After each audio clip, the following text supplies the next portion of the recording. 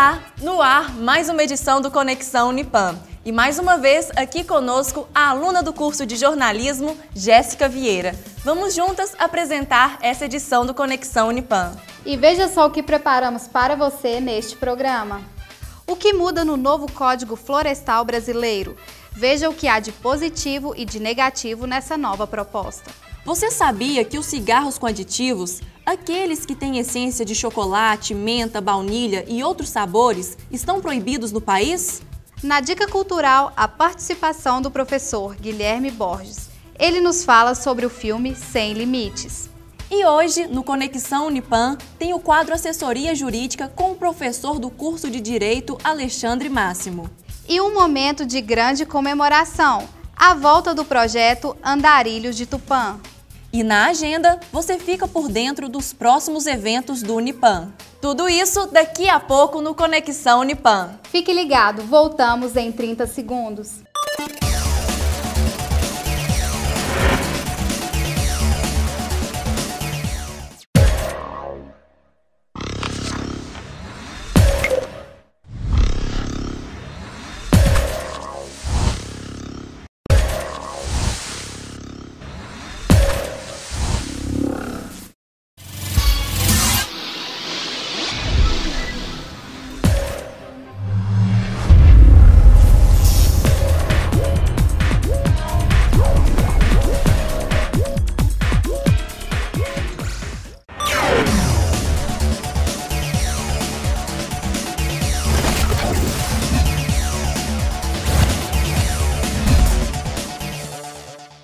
Está para apreciação da Câmara Federal o novo Código Florestal Brasileiro. O projeto visa apresentar soluções para o uso e ocupação da terra de forma equilibrada.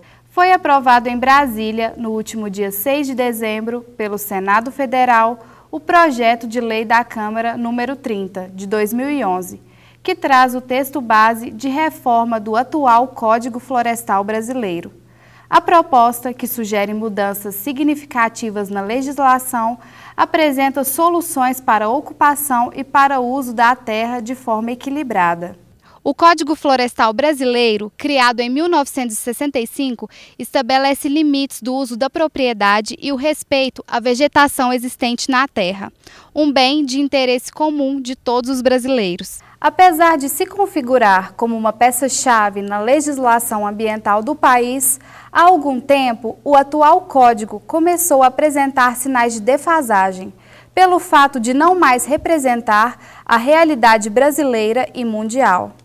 Além disso, a necessidade de se incluir incentivos, benefícios e subsídios para aqueles que investem na preservação e na recuperação da mata, assim como acontece na maioria dos países que conseguiram avançar na questão ambiental. A grande vantagem, a grande oportunidade que os agricultores têm com a votação do Código é trabalhar na legalidade, dentro da legalidade. Hoje, nós não sabemos como é que nós estamos, né? Isso é um risco muito grande, uma ameaça à produção no campo. Então, precisamos sim votar o Código muito rápido, tirar os interesses que não aquele que realmente ligado à preservação, aquele que é importante, né, no que diz respeito à natureza, mas também temos que olhar a questão da produção. A produção nacional hoje, nós não podemos brincar com isso, né? Nós temos que levar em consideração essa questão, porque até que ponto o que está se pedindo, o que está se buscando, ela vai influenciar na questão da produção agrícola. Então, haja visto que na década de 90 nós estávamos produzindo 50 milhões de toneladas. Nesse ano nós estamos com 160 milhões de toneladas e os preços das commodities estão subindo, ou seja, a demanda existe, a demanda cada ano que passa existe, e nós temos que olhar o Código com muita responsabilidade, olhando sempre os dois lados, a preservação da natureza, mas olhando também a necessidade da população que é crescente por alimentos. Então nós temos que tomar muito cuidado.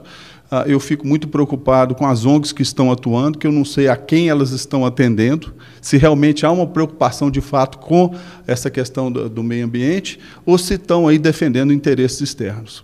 O texto final, contudo, não agrada integralmente nem ruralistas, nem ambientalistas, apesar de já contar com o aval do governo. Infelizmente, esse código que está sendo discutido na Câmara, ele flexibiliza a proteção nessas áreas tão sensíveis. Então, a metragem de proteção das matas ciliares, que são aquelas existentes ao longo dos rios, ela vai ser reduzida de 30 metros para 15 metros. E, além disso, áreas que atualmente são consideradas como áreas de proteção permanente vão deixar de ser, como as veredas e os manguezais, que são áreas importantes para garantir o fluxo hídrico. Então, com essas alterações que vão ser propostas, a gente vai ter grandes prejuízos na área de meio ambiente, principalmente em relação à erosão do solo, prejuízo da quantidade de água que existe, além dos desastres naturais que frequentemente acontecem nesse tipo de área. A votação do novo Código Florestal pelo Senado foi cancelada diversas vezes nesses primeiros meses do ano. Assim que concluída, contudo, a legislação seguirá para a sanção presidencial. Muita gente não sabe, mas depois de um ano de discussão e muita polêmica, a Anvisa, Agência Nacional de Vigilância Sanitária, proibiu em todo o país a venda dos cigarros que mudam o cheiro ou o aroma do fumo. Alguns anos atrás, o cigarro era associado à imagem de pessoas jovens, bonitas e saudáveis. Hoje, todos conhecem seus malefícios, até porque eles vêm indicados na embalagem. O número de fumantes diminuiu, mas os dados ainda são preocupantes. Estudos revelam que a cada 10 fumantes, 9 iniciam o vício antes dos 18 anos. O acréscimo de aromas e sabores ao cigarro contribui para torná-lo famoso entre os jovens. Por isso, a adição de determinadas substâncias foi proibida recentemente. Bom, a Anvisa, a Agência Nacional de Vigilância Sanitária, ela aprovou em 15 de março de 2012 a Resolução 14, que proíbe a importação e a comercialização de produtos fumígeros decorrentes de tabaco que venham com produtos naturais ou sintéticos que alteram o sabor ou cheiro do tabaco, seja cigarrilha, cigarro, charutos, né? Então ficou proibido essa comercialização a partir desta resolução. A professora do curso de Direito explica que, na prática, a medida leva um tempo para entrar em vigor. Os efeitos legais é que as empresas, os comerciantes, eles têm 18 meses para retirar esses produtos do mercado. Esse prazo é justamente para dar tempo suficiente para que essas empresas retirem todos esses produtos do mercado. Por quê?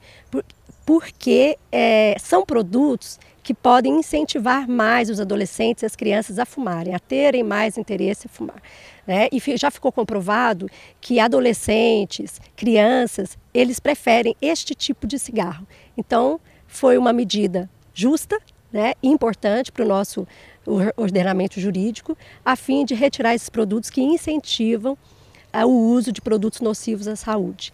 E quem vier a descumprir estará cometendo uma infração sanitária. A resolução foi tomada com o objetivo de reduzir e prevenir o tabagismo. Nós esperamos que essa medida, além de outras medidas de caráter educativo, de caráter de legislação, de impedir o fumo em lugares fechados, que isso tudo ajude a evitar o aumento de dependentes, não só no nosso país, mas no mundo inteiro. Essas medidas fazem parte da Convenção Quadro de Genebra, que foi assinada por vários países com o objetivo de reduzir o cigarro no próximo século. E o Brasil é um dos países signatários. Com a diminuição do número de fumantes, haverá menor índice de doentes. E, de acordo com o pneumologista Giovanni Roncalli, as doenças relacionadas ao cigarro não são poucas. Já está comprovado pela ciência que o cigarro está ligado a mais de 50 doenças. Todos lembramos do câncer de pulmão quando a gente fala em cigarro, mas é importante nós sabermos que o cigarro causa câncer em outros locais da via aérea, como a boca, a laringe, e em outros aparelhos do corpo. Por exemplo, câncer de bexiga, vários outros cânceres que têm a sua incidência maior em quem fuma. Além disso, tem outras doenças pulmonares causadas ou pioradas pelo cigarro, como o enfisema, a bronquite crônica, e também doenças fora do aparelho respiratório, como o derrame cerebral, o infarto, as doenças vasculares periféricas, enfim, dezenas de doenças que já têm de forma muito clara a sua ligação pelo cigarro. Com aditivos ou não, o ideal é não fumar. Fique atento para os danos que o tabaco pode causar e não deixe que nenhum fator o induza a experimentá-lo. Um dos fatores é a curiosidade da pessoa saber sobre os efeitos em relação ao que proporciona o uso do tabaco, o uso do cigarro. Além disso, nós temos a questão principalmente presente entre jovens, adolescentes, que necessariamente precisam fumar o cigarro para estarem participando de um determinado grupo, para ser aceito por esse grupo também de jovens e de adolescentes.